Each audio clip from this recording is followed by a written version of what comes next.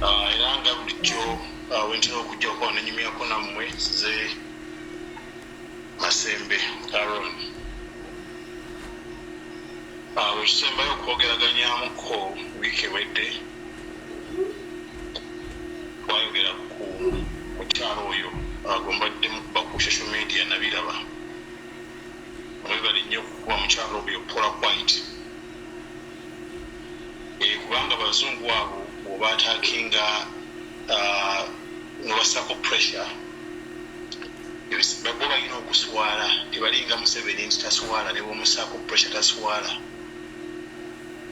abazungu abo baswalamukko oyinza n'okwesanga alekulidde omulimu gwe oba oyinza okwesanga nga bayisa akakiiko awakama okubaganya ku birowoozo bye mwalimu enkalakaasizaako obeerawo ekikyuka nobeerawo tikifuna ekirungi mwebale nnyo okukola omulimu ogwo naye ndowooza nga bwe tukyali mu lutalo tetussa mukono tweyongere okulaba nti avaamu ekigambo tweyongere omunyiga tulabe nti abako statement gyakola ku nkolagana ye ne Museveni n'abalala saagala kwogera ku ssente ezatambula mu ddiiru eyo kubanga ssente si kyekyalo ekikulu kuba nti she's a lobbyist for a dictator who is destabilizing the region ate nga abalala basuddeyo gwa naggamba otherwise mwebale nnyo ku ekyo nekubine twogako olwaleero kansabe nti tunaafunamu kyetujjamu kyetusobola okukapitalizing on okwongera okwasatinga pressure ku nakyemalira Museveni ku byetwogeraganya byonna etukubaganya ebirowoozo buli omu abeeko nekyalondawo tayigawo okulaba nti position ye waali akola ekisoboka okulaba nti tutuuka ffenna ku kitwagala kyokubiri nsaasira mama waffe Babi Kyagulanyi byayiseemu kubanga I think it's the first time I'm talking to you since she was attacked weebale kulaga buvumu oli mukyala mugumu nakulaba onayinyo oli mukyala mugumu ddala weebale nnyo okulaga obuvumu obwo era nga ne Bobi Wine bwatulaga Bobi Wine nkwebaza okuba nti you're doing the right thing newankubadde bangi abali mu ssaako zaffe abakola the opposite abasinga obungi tebategeera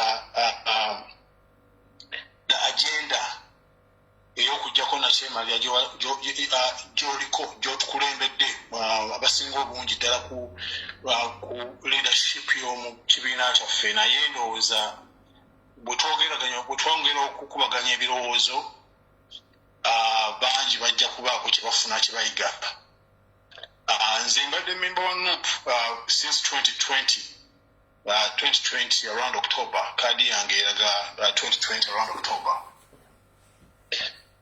naye sisembedde nnyo ku the strategic committee of the party to be able to probably give some constructive guidelines to steer the party ahead kubanga ebimu ku bye nalaba awo nayagala nnyo kubinyonyola omukulembeze newankubadde waliwo enkokola ezibeerawo awo ku kibiina kyaffe and I hope we can learn something from this waliwo omuntu ajja okujjaawo ku kibiina nga mulimu mu audience okubaako kimuwuliriza naye ebimu tebyakolebwa bangi ku bantu baffe abali mu kibiina awo tebategeera mulamwa gwe tuliko they didn't understand the mission vision and the goals of the party mukulu Masembe nsonyiwa okukulumamu ekirimi mbadde njagala tugende ku platform ya Nyando tuba tutuula ne state eyo tetugendayo tugende wano ku platform ya Nyando tuba tutuula background gyenzimba nsobole okujjayo ekya Nyando ekyo kubanga jjukira Nyando atusizeemu enkwezenge nyingi omanyi lwaki saagala tukigendemu ekyo one essaazi ne tukyafa ku political structures tetukyafa ku ba politician tufa how are we going to reclaim our victory and how are we going to protect our nation. So bano ba politician saa zino structures zaabwe ziri useless, tetuna kyezitozaagaza. So saagala tutemye focus ku ba politician, the see trusting a politician yenna. So njala tubeera awo nga tulichi tutedde focus efu tugitade ku Museveni ne structure yonna nga bwenjagala bino bantu baleke. Kituufu naye ate toyinza kuba Museveni n'otubaako kyeyogera ku kiri munda kubanga jjukira ng'omaze okubwashinga tosobola kukyaza mugenyi nga tolongoosezza waka. Naye ekyo kiri okay, kaneme genda mu details nnyo, naye omukulembeze all along mu campaigns abadde nga abagamba nti bitulimu bya ddala. Eyo statement mugiwulidde. Bitulimu bya ddala. Lwaki ngenda mu background eyo gye mbadde nkuwa? N'ebitongole byonna bye tukolamu ebiperforming obulungi okusobola creating a value for themselves and their people, bitunuulira their strategic objectives nga ziri in alignment with their mission, vision and the goals. The moment oyina team nga teri aligned to the mission and vision and the strategic objectives that you're pushing, they're going to run in different directions, and at the end of the day togenda kusobola creating a value okuba kutuuka ku bigendererwa byo byoyagala. Kyovala mbadde nkusigira ekifaananyi mabegaawo. Kitwale nti ekibiina kyaffe is an organization ng'ekigendererwa kya kukyusa bufuzi mu Uganda nga kituliko. Kitegeeza nti all stakeholders must align their arsenals to the common objective so that tutuuka ku kigendererwa kye twagala okutuukako. Yeyo background gye mbadde ngezaako okukolishinga naye tetugenda ku nnyo. Simbula video kati. Ekisooka ddala tosobola kulwanyisa mulabe nga tomumanyi. You cannot tulina okukimanya kino, if you do not understand your adversary, your enemy, do not go to war with that enemy. Bw'oba nga totegedde mulabewo kugamba tuli mu kibiina nga tulinamu a few people abataategeera bigendererwa ate abataategeera Museveni, abatamanyi Museveni. Tweyongera okukola ensobi kubanga tetuzzeeyo to the fundamentals. The fundamentals call for understanding of this common adversary, the enemy of our country. Because Museveni is at war with Uganda. You believe it or not, the deployment he has done and the killings he has done, he is at war. And he's not going to look back at all. Kubanga ekintu kyazimba ng'akirina 50-year plan even beyond. Alaba tutandise okukimenyaamenya, tukikuba tukimenyaamenya. Bwe tuba tukimenyaamenya agenda kupulinga all the arsenal at hand okulaba nti it gets to disintegrate the party. Kyova olaba nti at the moment the NUP leadership team is being incarcerated. Lwaki Bobi Wine akoze kyamagezi okusigala gyali kubanga bwakola ensobi n'avaayo ne bamugatta ku vice presidents be bonna wamu, party egenda kubeera disintegrated kikirize kigaane. Hope gye tulina kati nti Bobi Wine akyali wabbali, akyasobola okucoordinatinga n'okwalayininga resources at hand. Talina bamuwanga kibumbi, talina bazedriga babakutte. Ekyo omuntu ali strategic alina okuba ng'akitunuulira kubanga we want to get to the common agenda here is to unseat Museveni, not to win an MP seat in parliament. Bakufuna genda maaso bakufuna. So kyenva ngamba nti buli wanuupu yenna gwe balonze ayiseemu into parliament. Olina okutegeera omulamwa nti ne bw'onoogenda mu parliament, as long as President Museveni is still president of Uganda, there is no value you're going to create for your people. You're going to be frustrated, you're going to be incarcerated, you're going to be arrested. Now, plan ezo zobadde ogamba abantu a couple of weeks ago. Bagenda kujja ne projects bakwatireko abantu. Juzi Museveni wamuwulira ng'agamba ate ebigambo bya Museveni temubitwala nga lightly. Ekisinga okukulu kiri nti tubiwulira ne tubitwala ng'ebiri right. Ne tulaba ebigambo bya Muhoozi ku Twitter ne tubitwala ng'ebyokusaaga. banaga banayuganda tuve mu byokusaaga kino ebintu si byakusaaga. As long as you think this is a game, you are in a wrong, you're participating in a wrong game. Decisions zetukola tulina okuzikola nga tumanyi the repercussions n'ebigendererwa betunoonya nga tubimanyi. Kubanga kakati Museveni juzi yagambaawo n'agamba mu campaigns n'agamba nti tugenda kuyisa ekiteeso mu parliament nga opposition MP yenna bwa underperforminga tusobola okumuggyayo mu parliament. Kitegeeza ekyagenda kukikola tulina bwetuba nga tulina 50 MPs in parliament. Those 50 MPs ng'oggyeko bano be balemesezza obuwanguzi bwabwe nga mukyala Namugga era ne Lutamaguzi era mukyala Namugga nga sinza bagenda mu maaso kankubuuliyo kino Goreti Namugga oli ku mwanjo nnyo gw'okuliibwa empologoma wandisiriseeko n'oddako ebbali nnyabo.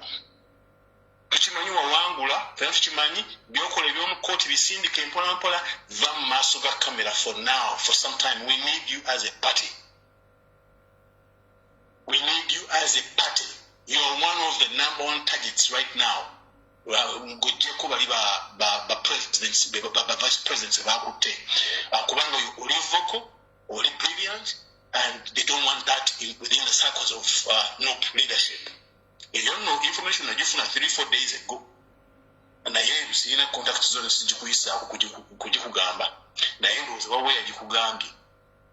So China Muga, Pukusabatucha Quetaga, Silika Cote Bali, Binovio, Casto, Julizi War, or Julizi War for Chitwagaro Kugoba, Museveni, Tatufuga, the coming 5 years.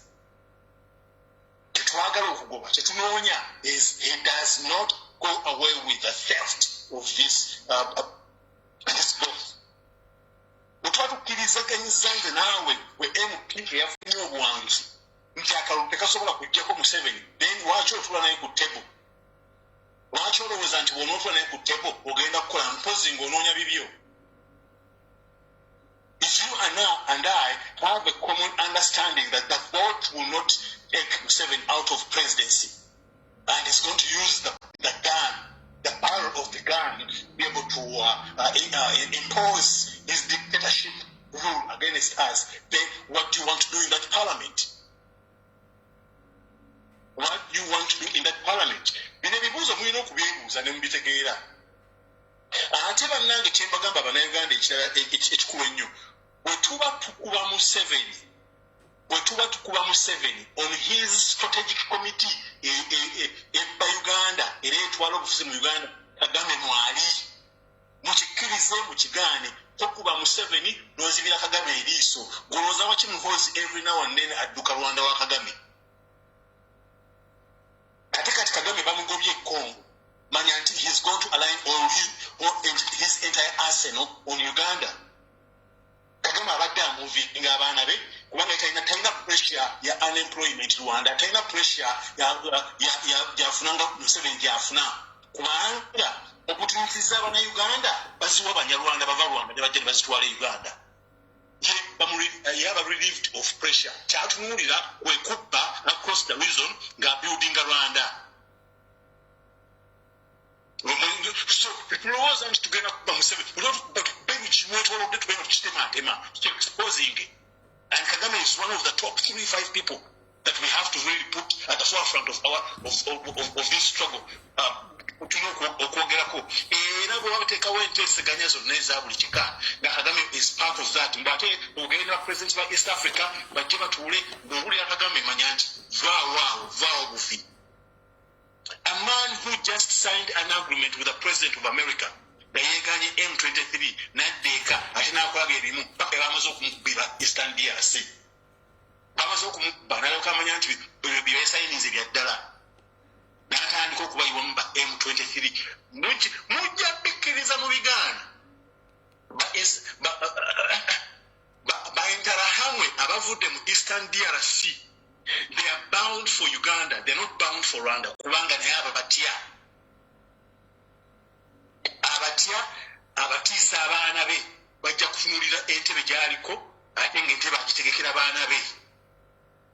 So ekizibu kitulina kinene nnyo. MP wa NUP oba kansala obaani mutunuulire tolina kyogenda kola mpozi nga wajja kufuna mitwalo 3 miliyoni emu olowooze nti everything will go as normal. Tebigenda kugenda normal. Ate ba MP mukimanye, as long as Bobi Wine is under persecution, you are not safe. This is my call to Mr. President Bobi Wine and the entire NUP leadership team. This is my call to you all. Let's walk out of Parliament. Let's walk out of Parliament. It is the honest thing we're going to do at this time. It is the only thing we're going to do. But, difficult times call for difficult decisions. Strategic committee meetings with different people, different organizations is driving up growth. Sometimes they come into these meetings and then they make difficult decisions. Either it's going to be laying off people, either it's going to be aligning resources differently. We are at such a time that is as difficult as you see it. Tunuli Babi Chayakavamu, Tunuli Bobi Wine Chalimu, Tunuli Vice President Chebalimu. When Golo and John Wayne as an MP is going to earn Ugandans anything, any value? You really think so? If you think that way, then you don't know the enemy you're fighting. Then you don't know the enemy you're fighting. The last time Bobi Wine is asking Mukuguru, Nagenda Yemagero, Muraba, Muchalako. Now all the cameras, the Chilaba, something needs to happen here. Because they will see that you are maybe your appearance and the look is a bit different. What is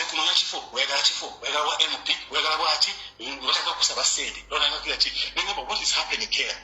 I'm not here to look for positions. I'm working here to support my president into a common objective, sitting at a dictator. But you are dragging me into small things.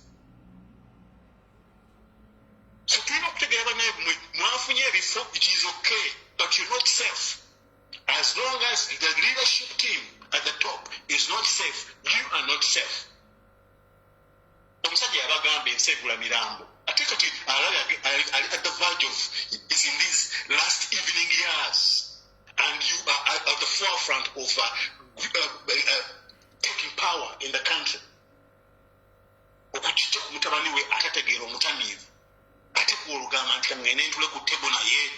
Mu Parliament, omuli omukyalo omuzibu ennyo Anita Amongi. Oyo omukyala muzibu, abalowooza nti bino byakusaaga. Oyo omukyala muzibu nnyo, and you should know this. She is a strategist, a good strategist. So mugenda buzunga buzunzi nti noonya miliyoni 5, miliyoni 2. Nga tolina mutu okusobola kwerowooleza, okusobola kuanalyzing ensonga. Then I think to making a big mistake. Nze nga maze S6 nali njagala okuyingira amagye. Nenjogerako kubanga bazadde bange baafa ndi mwana muto. Nenkulako ne kojja wange omu nakulira bukojja. Kojja wange oyo bwajja mu Amerika, n'agenda mu Amerika n'afiira eyo. Ne mbeerako ne jjajja wange omu yali mu Bank of Uganda, bamuyitanga Charles Nyonyi Ntono Kikonyogo, sayidi ya maama wange eyo ya bukojja. Ne mugamba jjajja oyo nga tannaba kufa. Because Museveni okujja okumuwa governor mu Bank of Uganda, yasooka kuba governor Bank of Botswana, najja era his time the shilling and the economy was doing good, despite the fact that Museveni was doing wrong things. Because I used to talk to him and I used to ask him questions about the few things that used to happen in the bank. Museveni just sent him African Development Bank, jail loans as a president, now goes to send his own financing his personal loans. Even if you're calling him VA. The omusajja bwe yagaana governor third term ng'amaze second term ye omusajja n'amuwa obutwa. Kitowooza nti ogenda otwala ne Museveni mu ntebe okola ne Museveni. Damu statement eyo.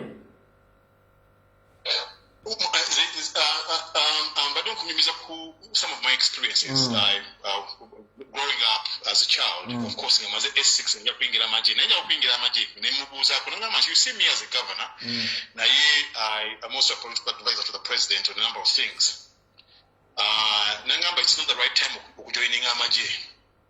The army is not clean, they'll kill you. ne mugamba lwaki olowooza they will kill me nangamba nti they will. Awo emyaka nga 6 nga mutabani wa Gilbert Bukenya tannayingira amagye kumuttirayo. Nangamba nti maybe ojja kutunulira 2016 around 2016 lw'onooyingira amagye. Kye nali simanyi yamponya ku term limit ne age limit. Nti Museveni awajja kuba avuddewo ng'avuddewo agenze. Ye yali akingamba indirectly nti omuntu ali mu bufuzi muzibu nnyo. Jjukira yalinga ku lukiiko lw'Emmengo. Era he posed that threat wadde yalinga gavana eno naye nga yali ku lukiiko lw'Emmengo. And eventually when he refused governorship for a third term, ne bamuwa obutwa. Wowe bintu bira bingi binyumyenga naye nangamba manyizi mbeera nnyo n'abakadde abo. Normally I use the moment to learn the history, to learn the way forward and to learn a few more things. Naye kugamba muzze mu lutalo ne Museveni naye temututte time kutegeera kiki Museveni kyali. Who is Museveni to Uganda and to yourself? Unless mwe baganda manya. Bw'obanga oli baganda manya ng'oli mu nuupu wafunye tiketi ogenda mu parliament then tujja kukitegeera. Naye bw'obanga oli serious on the common cause of dealing with ejection of Museveni, then I think the excitement of going to parliament, you should put it on hold. The excitement to put you into parliament, you should hold that. Obuzibu tulina nti maybe mujja kunsonyiwa kubanga nze ebintu mbyogeranga bwe biri. Unless there was a bit of oversight in the vetting of the leaders in NUP or party representatives.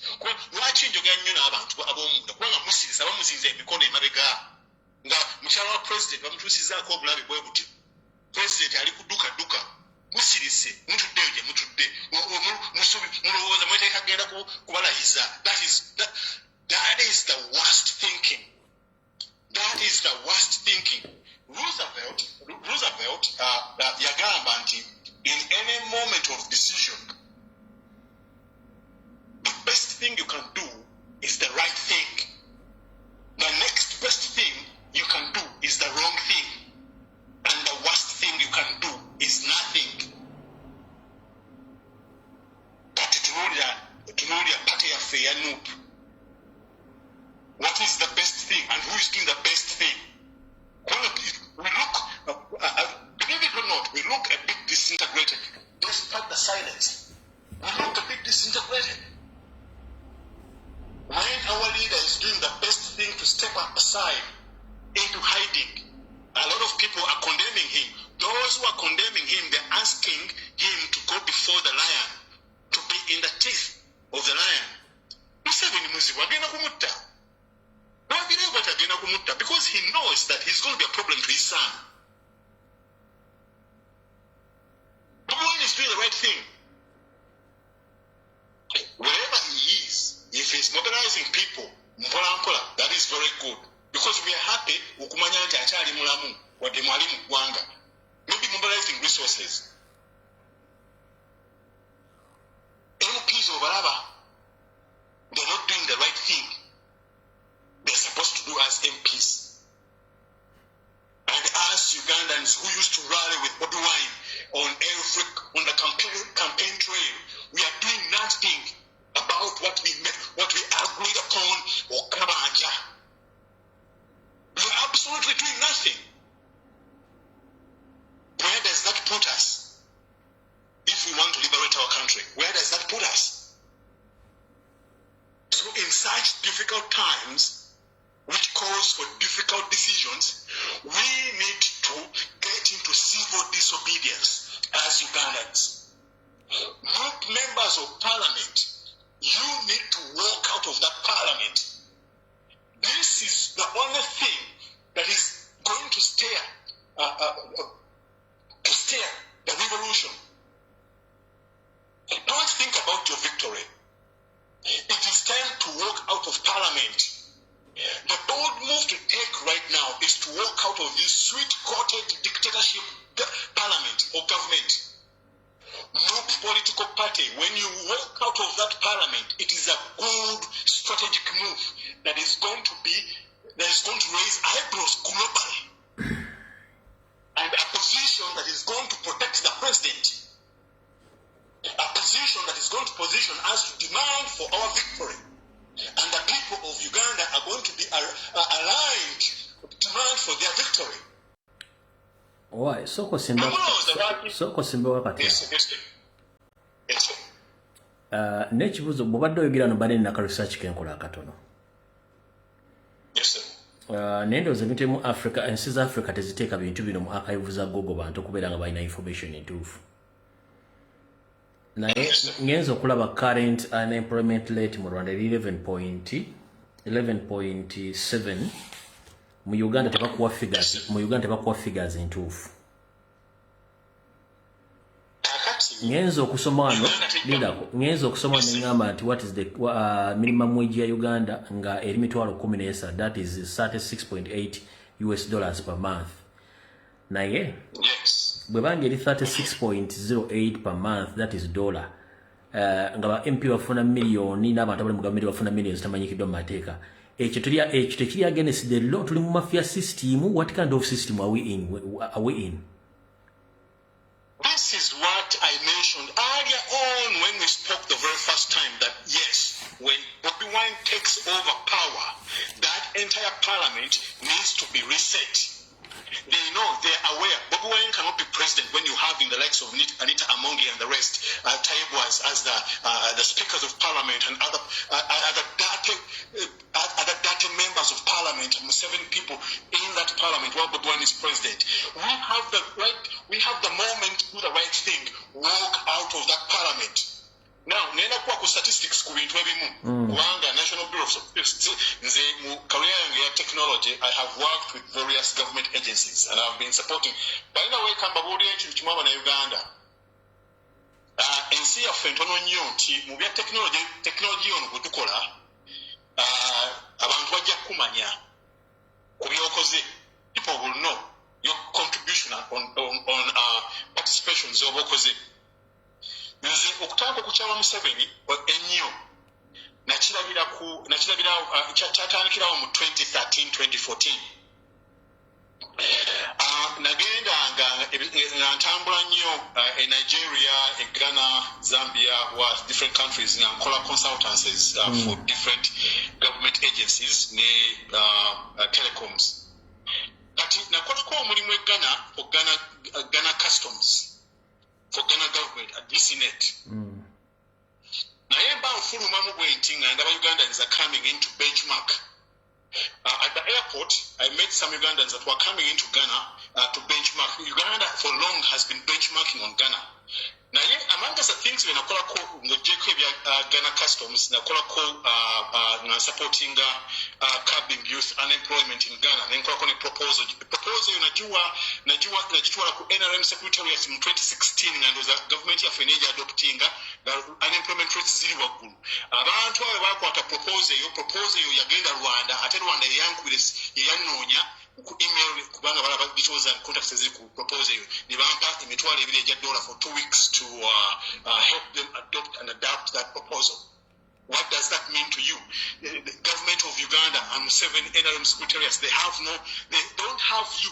Kwe muna Uganda tebakuyina mu plan zaabwe. Bw'oba proposal egenda okabinga youth unemployment ne bagitwalira neighboring country, kitegeeza bwe toli mu plan yaabwe yakuva mu bwavu. Naye kaseera kwensangira URA kyembalengeza ko bagamba URA nasanga team egenda kugana ku benchmarking mu 2014 URA we yakolera systems we are implementing like what we call supercluster engineered systems eza Oracle. Era URA yali emanyi muzungu yagenda okujja akaseera ako nafulumamu n'ensooka ngendako mu America. Bwe ngenda mu America abagawa systems ezo aba Oracle gye bankubye ne bampanika nti jangu URA egenda ku adopting the same systems. Ojangu otuyambeko mu Uganda URA emanyi muzungu yagenda okujja. Naye Museveni kitegeeza kugamba Museveni tampalanze baana baffe okugeza okulaba nti akozesa skills that we learn locally to develop our country and look good for our people. Except for bwakulaba nti erinnya liva mu central balivaawa bakusidelininga ku bintu ku mirimu emirimu tugifuna through contract zebawadde abayindi omuyindi ne bimulema n'agamba kanfuno kamukusabu contracting yangu onyambeko fixing it bafunye 200 billion 100 billion in securing the deal when abajja ne bakuwa $15 bakuwa milioni 15 milioni 2 yangu tukolere kino tokanga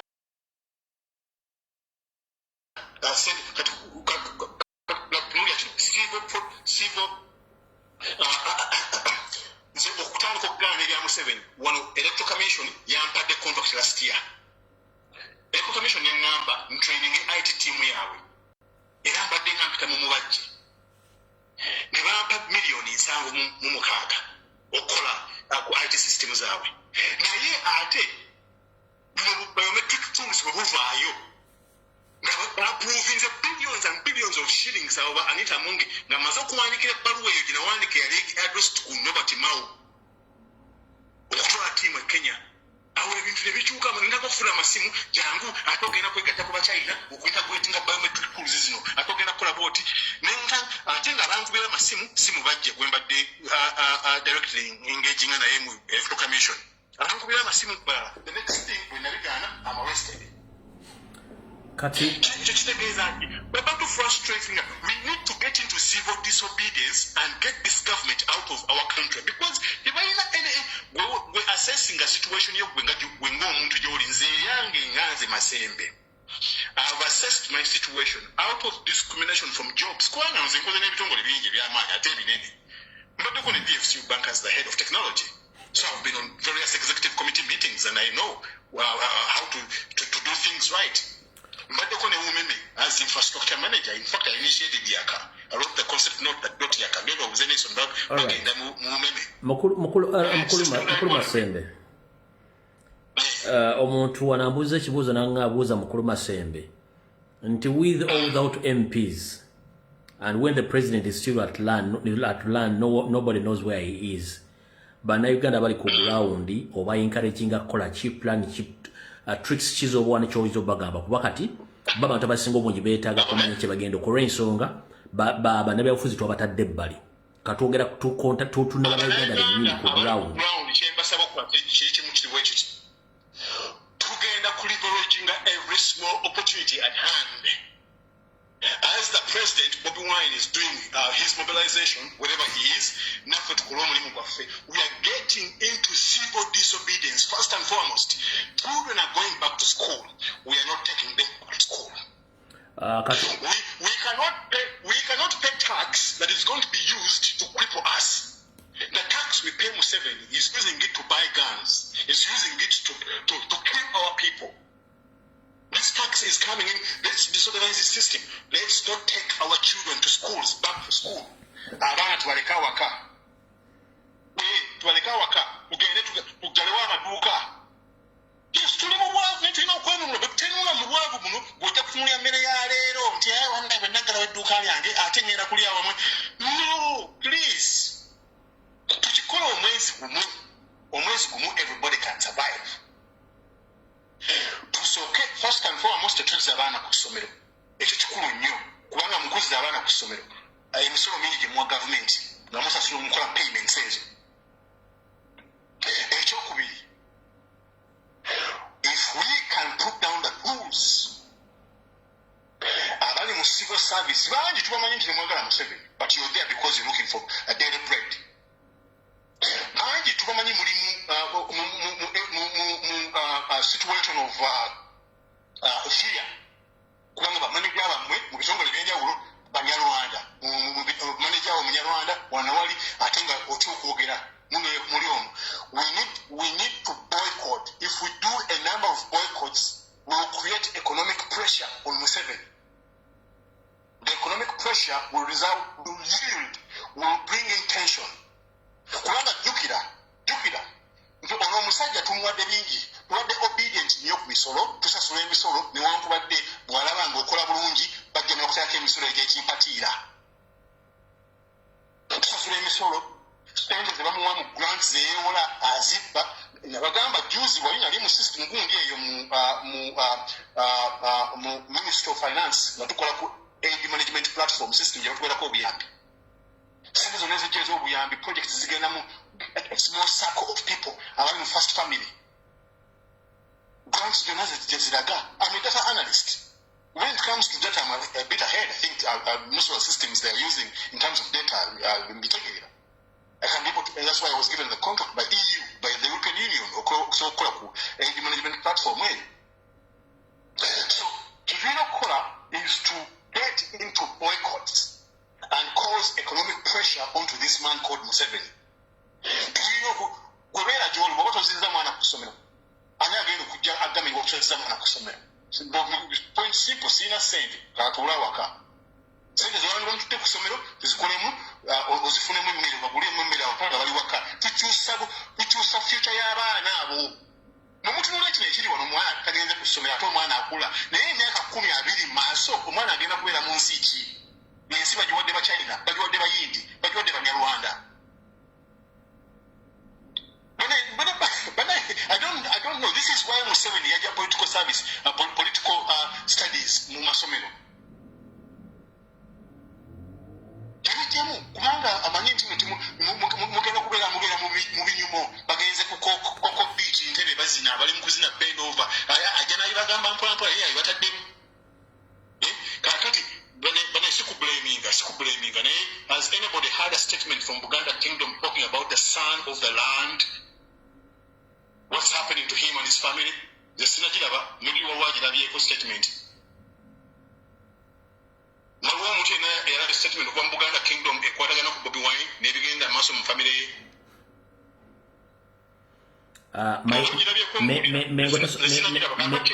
Mengo tesobola kukola statement yonna olw'ensonga nti Mengo it's a parallel body of Museveni led by Mayiga.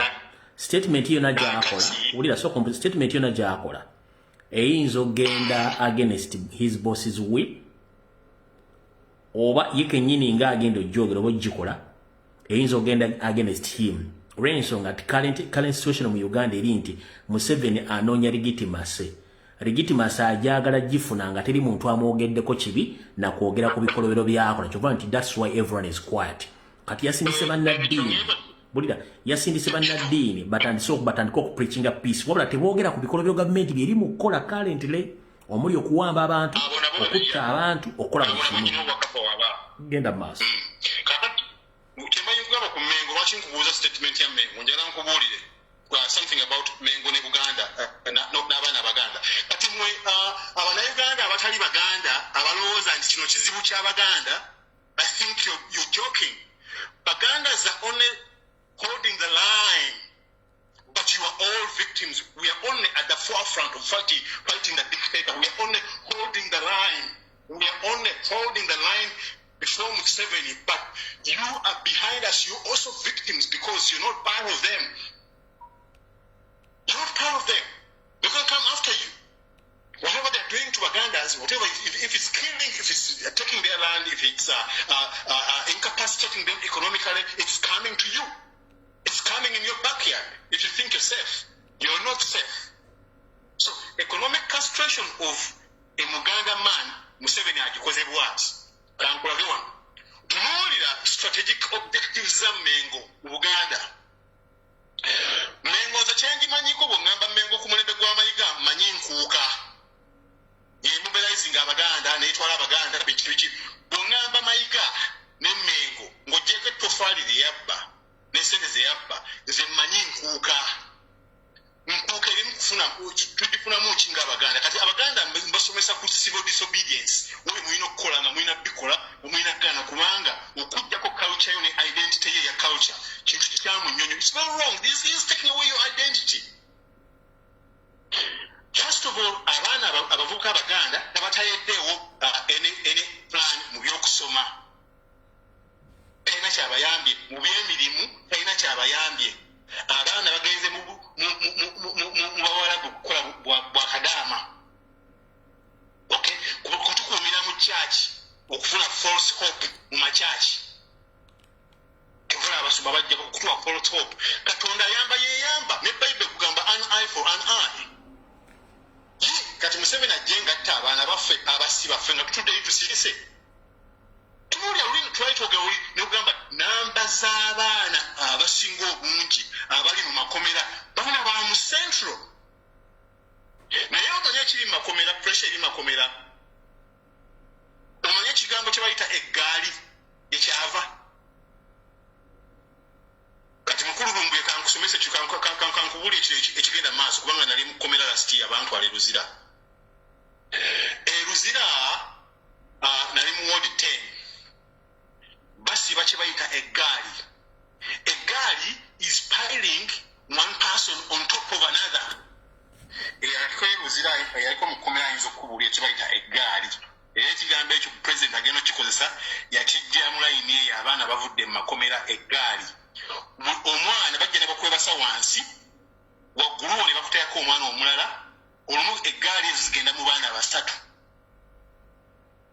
abaana ogenda okuwulira ekiro bazirika abamu basafoketi nga tebalina mukka ogenda okuwulira abasiyaga bakwata bannaabwe ntonomuuna anteekamu gundi ebyo nabiwulira nengerabako n'amaaso gange. I was there for 2 days, but at least I saw that stuff.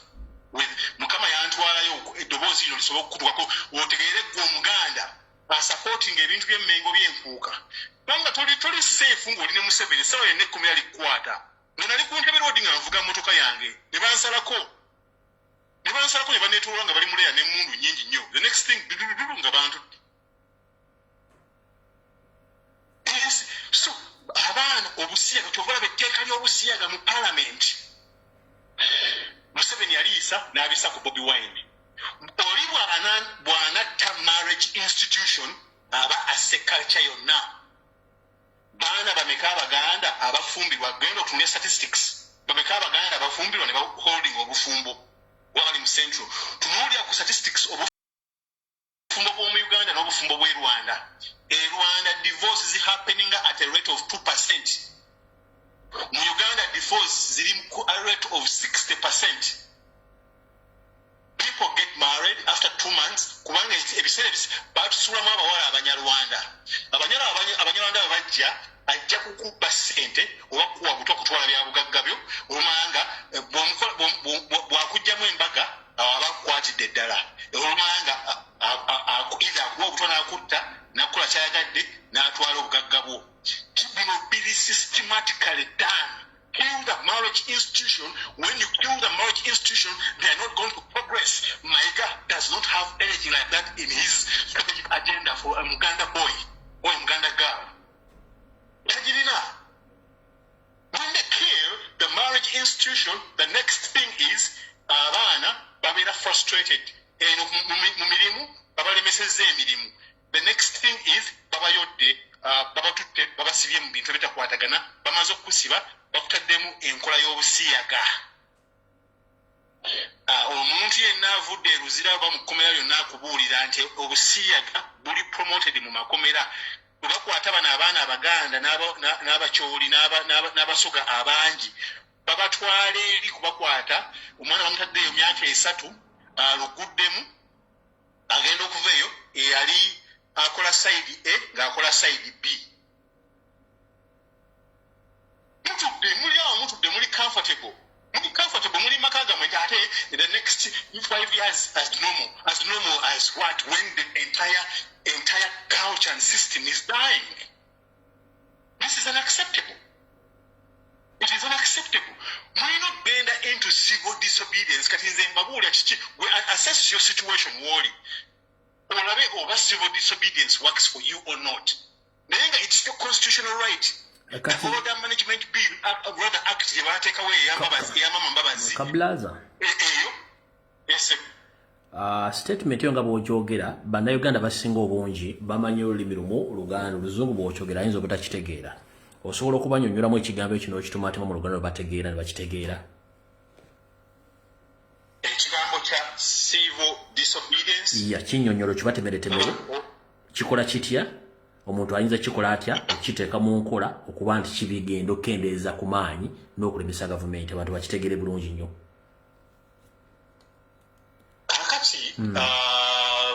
ekigambo kya civil disobedience kirimu ebigambo bibiri, civil then ne disobedience. Ekintu kyokola nga kintu kya buntu era nga ne mu constitution kikuweebwa kiteerebwamu nti kino ekyo right yo oba nti kyenkola kimpeebwa eddembe nga nze ng'omuntu ekiri wabweru w'amateeka nga nkikola nti kiri endorsed by parliament oba mu mateeka mwe kiri endorsed nti nsobola okukikola bwe mba mpulidde nga njagadde okukikola. Naye nga kyenkola kiyinza okukontana n'ebyo gavumenti byeyagala okukola ki okuyisa. For example, civil disobedience erimu ebintu bingi. Ku bintu ebyo bingi byembadde nkunyonyola oba byembadde nyonyola Abannayuganda ebirimu mwe mulimu refusing to work. Ogaana ogenda ku mirimu ne mugamba nti nze nvuga baasi za gavumenti, nvuga traini za gavumenti, ndi ku payroll wage ya gavumenti, sijja kugenda ntuzidde waka nga sijja kugenda kukola. Nti tikako okusasula emisolo, emisolo bagikozesa kugula mundu zigenda ku nzita kumusikuumya mu busibe, sijja kusasula musolo ogwo. Okay? Genda ma. Banka zino bwenziwa ssente zange neeteka ssente zange mu banka, gavumenti ezijjako omusolo nesobola okufunamu ssente ezigibeezaawo, ngenda kujja ssente zange zonna mu mabanka era nzikuumira awaka holding, kubanga buli ssente bwoziwa gavumenti bwoziteeka mu banka gavumenti era kyefunako. Olaba gavumenti eziregulatinga ng'eyita mu central bank. Kwega mu bufunze oli wa ddembe okukola ekintu kyonna ekiri mu mateeka agagaga kufuga ng'omuntu, okwesonyiwa ekintu kyonna ekyandibadde kiwa gavumenti ebbeetu okufuna oba okwegazaanya mu kwongerako obulumi. Okijjeyo bulungi musomesa. Genda maaso. Osobola n'okugamba nti kati ffe bali bakola wokutuwaaka yali civil disobedience. Ogamba nti civil disobedience erayinza nti nze ngenda kukola ki? Buli mande tukigenda kwambala kkala za bendera y'eggwanga bankole empale n'essaati oba akakofiira. Naye nga nze ndowooza tutunuulire the economic side of civil disobedience. The economic side of civil disobedience is the one that will incapacitate and cripple Museveni. The economic side where you're not going to take children back to school, abaana bajja kusoma. Kano kaseera katono nnyo ka mwezi gumu ebiri. Nga tuteekera revolution, abaana mubaleka waka. Temusasula ssente. Ku nsonga eyo ne mukyala Nambooza alina video gye yakoze ndowooza ya lunaku nga 3 n'abagamba okusuula gavumenti ya Museveni mu mbeera tekyetaagisa wadde omwezi. Yagambye ewiiki emu oba wiiki bbiri gavumenti ya Museveni eba egudde. N'abagamba ku nsonga zino wammanga gazoyogeddeko. Yagambye mwe mutuule waka buli alina ka bizinensi tuule waka nga togenda kakola, oggaliwo amaduuka, takisi ogireke waka, booda ogireke waka, ekibuga mu kyesonyiwe, amaduuka gonna mu gali kantrova. Abayingiza ebyamaguzi byesonyiwe biyingiza okumala omwezi. Buli kimu ekyo tuyita economic activities zishatingibwe down okumala omwezi gumu. Omusomesa yandasomesa ku civil disobedience samuwulidde economic activities zonna zishatingibwe for 1 good month nga buli omu ali wakaawe. Gavumenti ya Museveni okusinziira mu state mweri bwe yagudde dda. Naye ekizibu kye tulina ku bannayuganda kiri ekizibu kimu. Museveni yateekawo embeera nti buli muntu yamulumya obwavu tasobola kubeera waka. Era alina okugenda okunoonya. Nejjukira bannayuganda bwe tusoma ebyafaayo. Bannayuganda si bantu bakituse. Bannayuganda balina emputtu. Weyaba ne Museveni okugenda mu 86 mu nsiko. Baagaana omwegattako. Wabula ye kye yakola yabalumbanga mu maka n'abatta n'abakuba ne balyoka basituka abasigalawo ffe tetugenda kukola kintu kye Museveni kiyakola ffe kye tugenda okukola kye kino wano wammanga one ekisooka njagala ensewulire buli muntu yenna g'omanyi nti ali associated ne NRM musibire ekikookolo ne musaako mukolo mugobeewo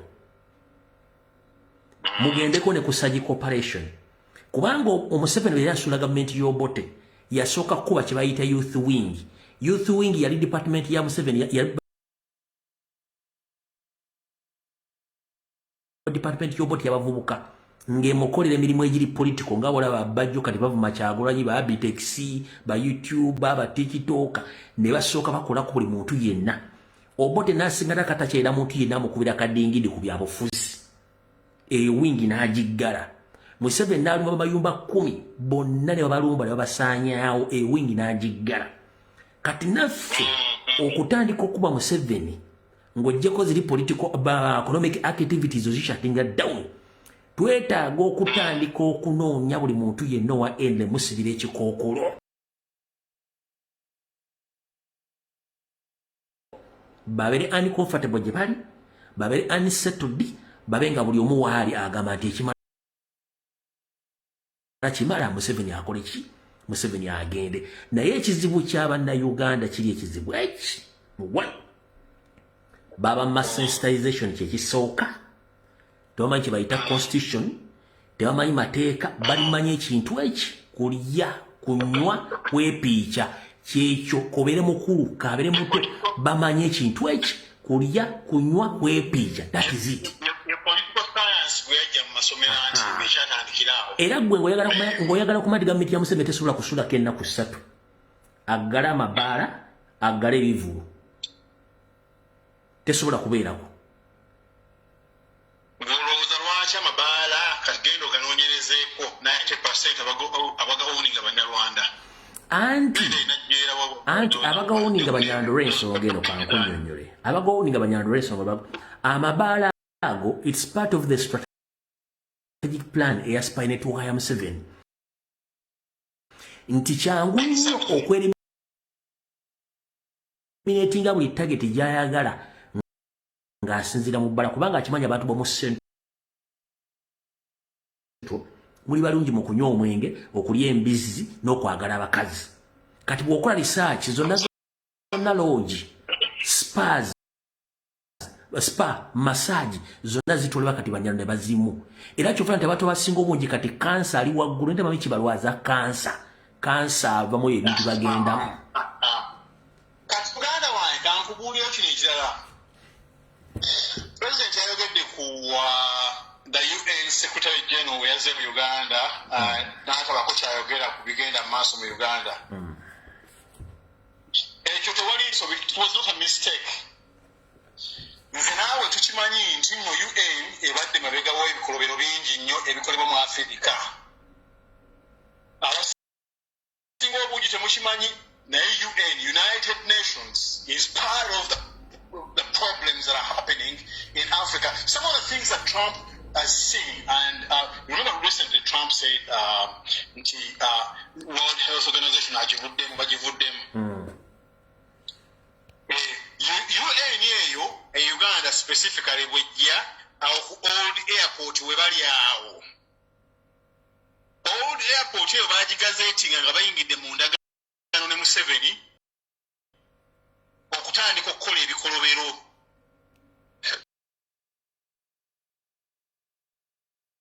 under UN's nose UN ebiraba first of all you have the biggest gold smuggling hub old airport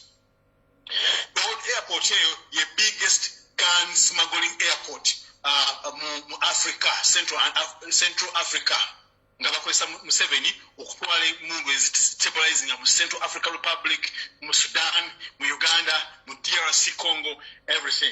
So UN is aware of what's happening. The time around 2017, I consulted with Ministry of Health under one of the partners, African Field Epidemiology Network, AFINET.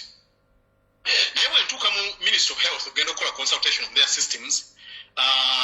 You said nempa chance okukola nayo World Health Organization, Global Fund, n'abalala.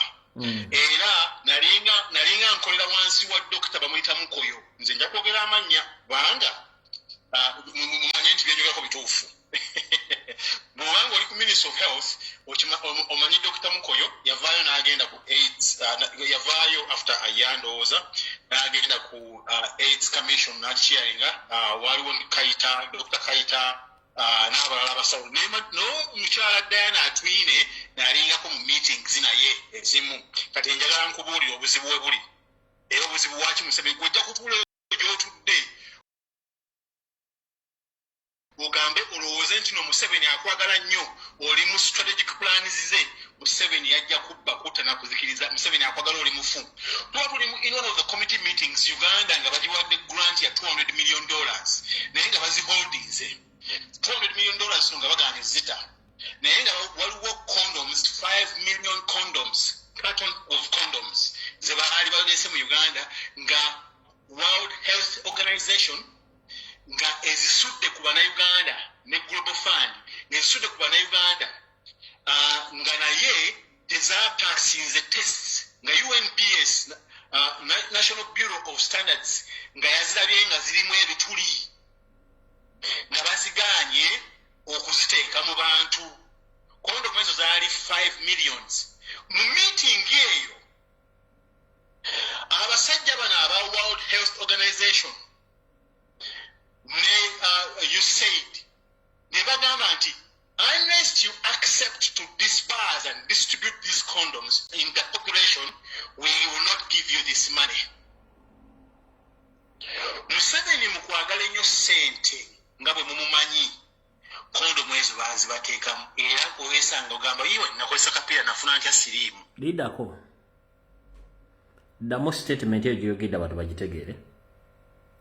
Tangiddemu nze sirina kitongole kyenkozemu ne siraba mivuyoze byebyo binteeka mu civil disobedience ebitanjagalisa Museveni.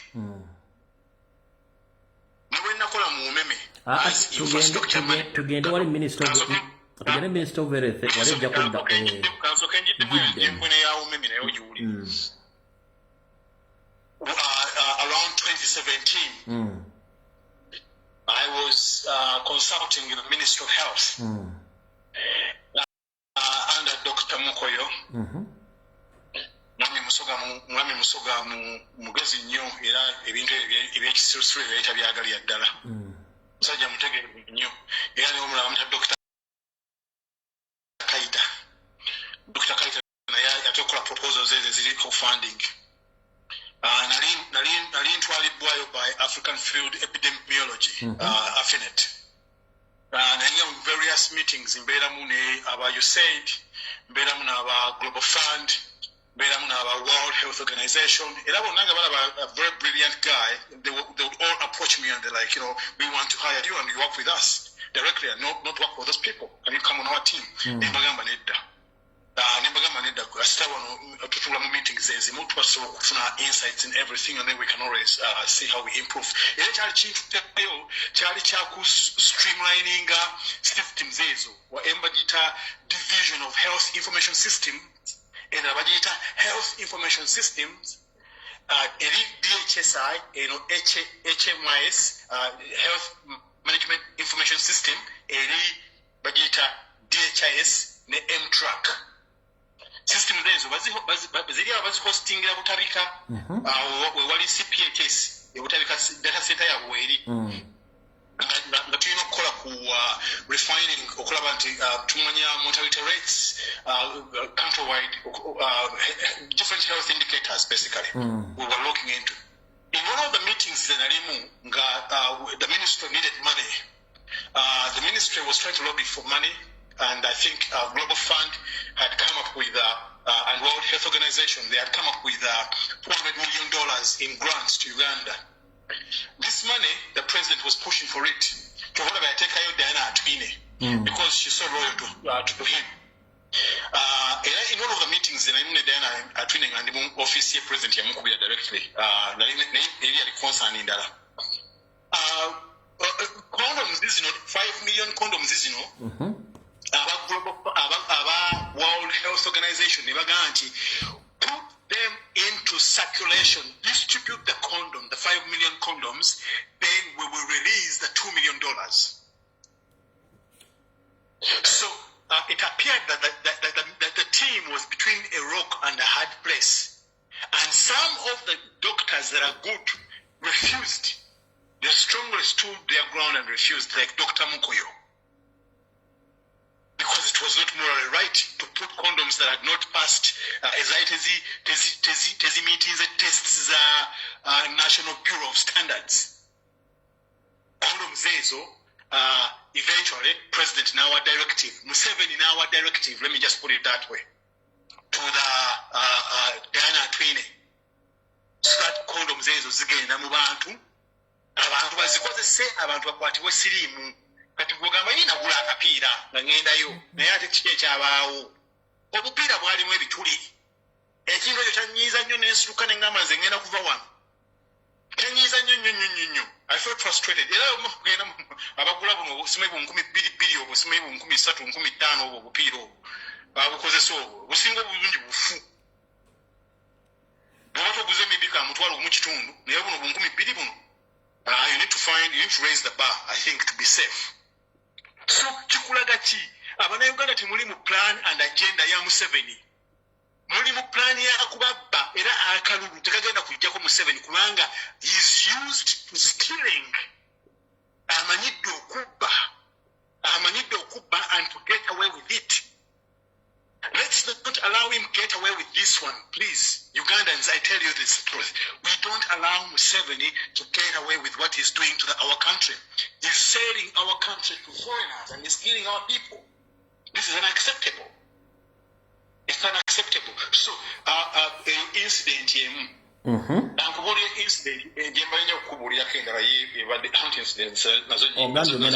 Ogenda kuya umeme. Ogenda kuya umeme.